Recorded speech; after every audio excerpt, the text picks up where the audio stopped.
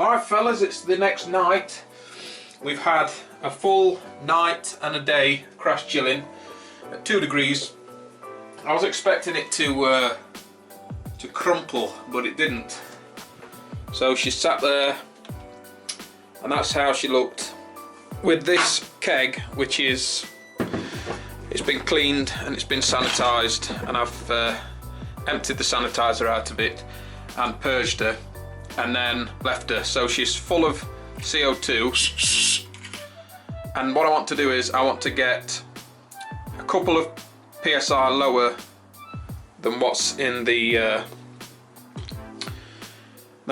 snub nose. So I've set the spunding valve to 8 PSI. So I'm going to put the spunding valve on, see where we are pressure wise, and it's going to vent until we've got a couple of points lower than what's in the snub nose, and of course that is going to allow us to rack close transfer into the keg. So this is completely new to me. I've never done anything like this before, but what I do like about it so far is the thoughts that A, I haven't got to lift the fermenter out of there full of beer. I haven't got to take the lid off of it, especially in the summertime when there's fruit flies knocking around in here. I ain't going to do any siphoning, it's going to do it all itself. I've already sanitised the beverage line, so this is going to transfer from snub nose to keg. So I'm just going to alter this a tiny bit until we get 2 points lower than what's in the snub nose.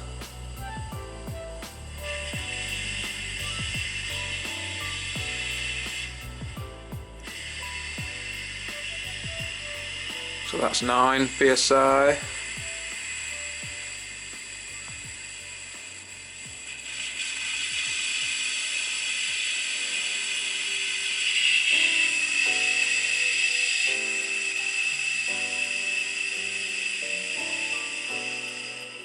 There's about 8 PSI now in here.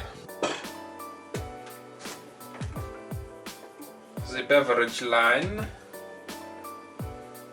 goes onto this van,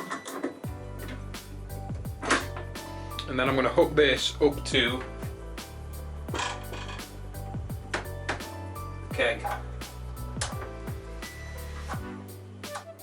I've stopped and started again because I think I cocked up the spunding valve settings, etc. Just watched the Keg King video again, and they had both set at the same pressure and then altered it as it was flowing. So hopefully this will work, we shall see. So I've got also the gas onto the snub nose, which is set at 10 PSI, same as what's on the spunding. So I'm going to put that on there, and now you can see it's starting to flow. I think you open this up and see it go in. There we go. We're starting to evacuate gases. So I would assume now that because the gas is coming out of the keg, beer is going in the keg because the beer is pushing the gas out, I would think, but we shall see. Whatever's happening is happening slowly, which is what you want. So we'll see. Definitely pushing the gas, the CO2 out the spunding valve. It's venting, which means that there must be more pressure going in and pushing beer in, I'm guessing. Yeah, you can see it's starting to drop on the krausen there. It's definitely dropping. So I could slow this up a touch so I don't get any foamage, but so far so good after I've just readjusted myself. Like I say, I'm bound to make mistakes with this because it's the first time I've ever done it. So So they were the mistakes I made. Got to have them both set, I believe, at the same pressure, so you can then release a little bit pressure in the keg to get it flowing, and have 10 psi of gas on the gas port to the fermenter, so that you've got a constant supply of pressure. That 10 psi doesn't drop in the snub nose as you're running your beer off, so it's a constant. So with that all sorted out, it's now doing a closed transfer, first of many I hope, but it's definitely running in, it's definitely dropping. We've gone down about a quarter of an inch, something like that. So I'll run a little bit in slowly and then open her up and run her a little bit quicker, but I'm stoked I ain't got to lift that out of there to do any siphoning, that is for sure.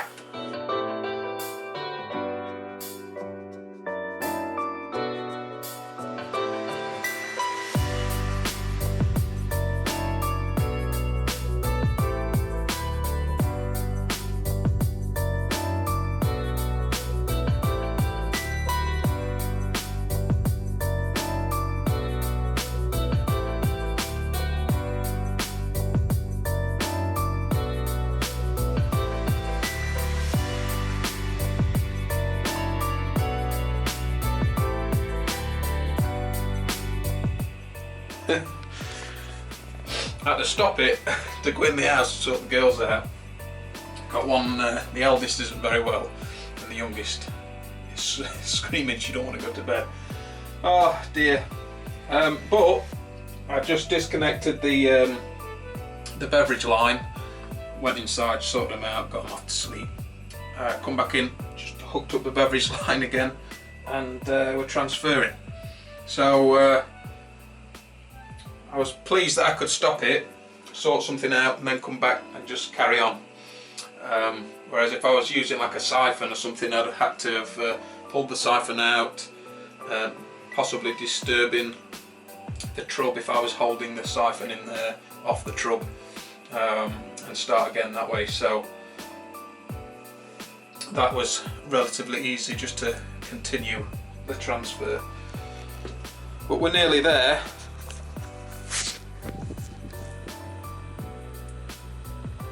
See, we're dragging her off.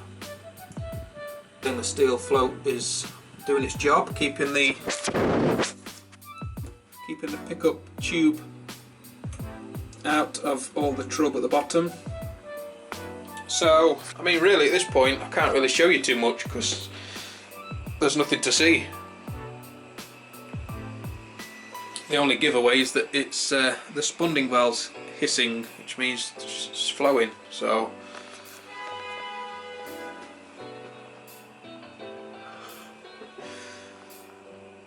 once we've done, we'll get the keg in the keezer, and then we'll have a sneak peek. We're nearly there, and you'll see like a lighter brown ring around a darker ring, and I think that is the trub underneath. Although I'm having trouble seeing it. Let's see if I can get a better view for you. Yeah, you see it's see the trub down there, and then you can see a definite line of trub and then clear beer on top, and we're still siphoning off the clear beer, but I think the keg's feeling pretty full, so I think we're going to can it there because I want to keep it nice and clear. So let's do that. Transfer is finished. Let's see how she's looking. I can clean the beverage line when I clean the fermenter, because I can obviously run the cleaner out through the beverage line and into a separate keg which I'm not using. So let's grab a hold of the whipper out.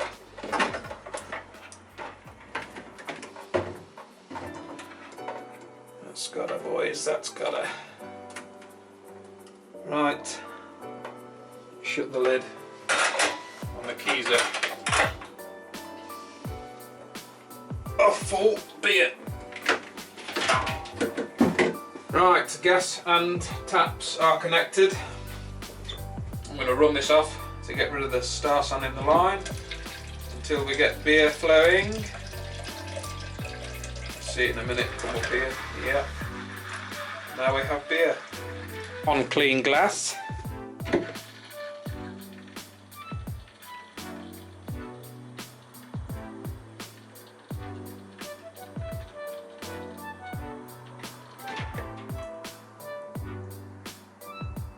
Oh my god, that smells very good. Right fellas, first things first, I'm not going to remove the lid because she's got the pressure on her and I can keep her like that, nice and clean. Well, not clean, but obviously not going to bother anything, no nasties are going to grow in there, is what I mean. So the trub is looking pretty well gathered there at the bottom, and I could take off a little bit more, but to be fair the keg was feeling pretty full, so I'm happy with that. Let's get a sneak peek of this little gem. Here she is.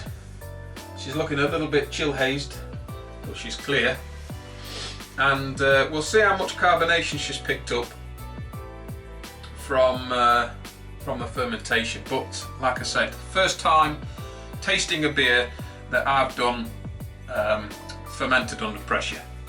The vacant gesture-ish. Oh my god. Oh, it's good to smell things like that again in here. God, there's loads of mosaic on that nose. Loads of mosaic. Wow. I think the pressure fermentation as well as dry hop as well under pressure, really supposedly locks in quite a bit more of the hop aroma, especially during fermentation, because you're not venting it through the gases. So I've heard. That's smelling very, very nice. Mosaic all the way, and it doesn't smell a million miles away from the vacant. But that's from me remembering it. If we had Harry here, he'd probably tell you different after tasting it, I guess, but it's definitely got that vacant aroma. Right, let's go in for a taste. Cheers fellas, sneak peek.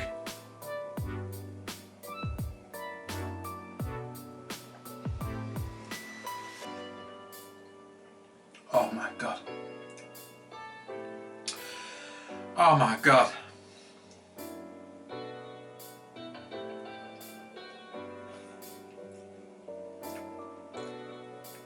Wow. It might be because I haven't had beer on tap in here for a long, long time that I'm saying this, but that tastes pretty damn good.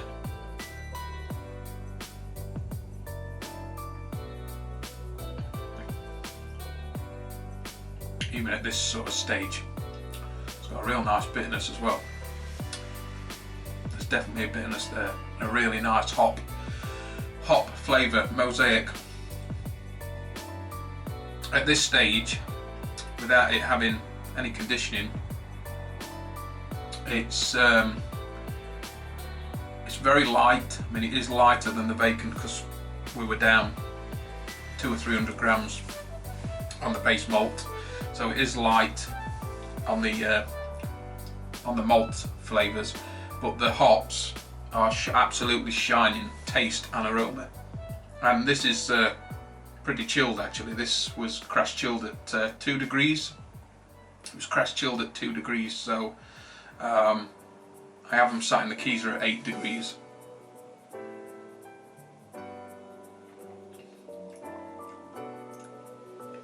Yeah, that's nice. That is really nice. Absolutely fantastic. Right, so I'm going to wrap it up. The snub nose transfer into a keg. It went pretty well, to be fair. Having said that, I've never done anything like this before. I did make a mistake at the beginning And then that mistake was that I didn't have the gas hooked up to the snub nose, and I didn't have the same pressure in the keg to start with. But after just flicking onto Keg King and just having a quick look to remind myself on how to do the closed pressure transfer, it clicked. So gas on, put some more gas back in the keg, same 10 psi, and then just wind out the spunding valve until it starts to hiss. It ran then relatively pain-free. I love the fact that I don't have to have it open. I love the fact that I don't have to mess about with the siphon, because you know the troubles I was having with the siphon. It was leaking and bubbling, and it was a nightmare. I can't fault it really. So far, so good. I'm going to keep that like that. I'm not going to take the lid off like I said. I'm going to clean it tomorrow. I'll get in the house because it's freaking cold. But that's it, fellas, for another video. We have beer on tap, and it's tasting damn good. And that's it. So as always, guys, don't forget the thumbs video control do. Don't forget to hit like and subscribe. Click it all. Until next time, I'm out of here.